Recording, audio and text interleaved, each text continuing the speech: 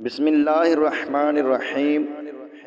حضرت سعید ابن زید رضی اللہ تعالی عنہ سے روایت ہے، جناب رسول اللہ صلی اللہ علیہ وآلہ وسلم نے فرمایا، چار شہید ہیں۔ نمبر 1، جو اپنے مال کی حفاظت کرتے ہوئے قتل ہو جائے وہ شہید ہے۔ جو اپنے بیوی بچوں اور متعلقین کی حفاظت کرتے ہوئے قتل ہو جائے وہ بھی شہید ہے۔ نمبر 3، جو اپنی جان کو بچاتے ہوئے قتل ہو جائے وہ بھی شہید ہے۔ نمبر 4، جو کسی ظالم سے اپنا حق واپس لینے کے سلسلے میں قتل ہو جائے وہ بھی شہید ہے۔ سبحان اللہ۔